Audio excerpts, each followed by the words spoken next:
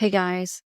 Okay, I just heard something on Robbie Harvey's video yesterday, a new update on the Mica Miller case, something I found very interesting. Apparently, some witnesses who thought they were talking to investigators were actually talking to private investigators. Check it out. Some of you are asking, why did it take them 4 months to speak out? One thing that is kind of frustrating, there's been a lot of PIs in this case that have dropped out. Several of them spoke with a PI, and a couple of them said, yeah, we already spoke to an investigator. And I said, no, did you speak to an investigator or did you speak to a PI? And one of them said, oh, I think it was a PI. So I think some of them already assume that they've spoken to investigators. So, these people thought they were talking to real investigators, like FBI agents or detectives working for the county. But it was all orchestrated by JP. Is that even legal? I mean, we already know JP uses people. He uses PIs. He's admitted to it on video. So just to be clear, you wrote this to Mica, but now you're saying you didn't do those things. I did hire the PI before.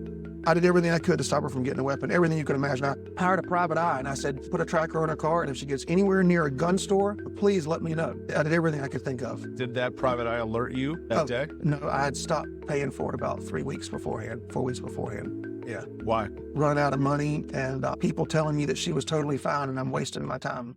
But sending PIs to interview witnesses under false pretenses, that's a whole new level of shady. Could he really be doing that?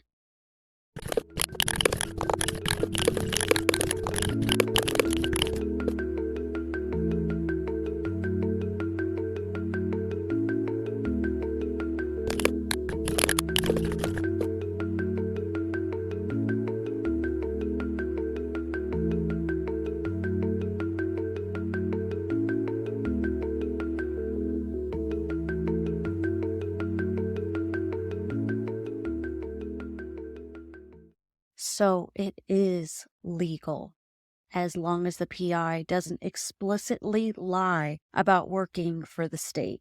They can just let people assume. That's messed up. That means JP could be using those statements to tailor his story and cover his tracks. JP's getting a sneak peek at the investigation, basically.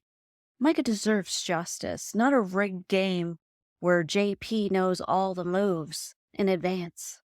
We need to call out these tactics and demand a real, unbiased investigation into Micah's death.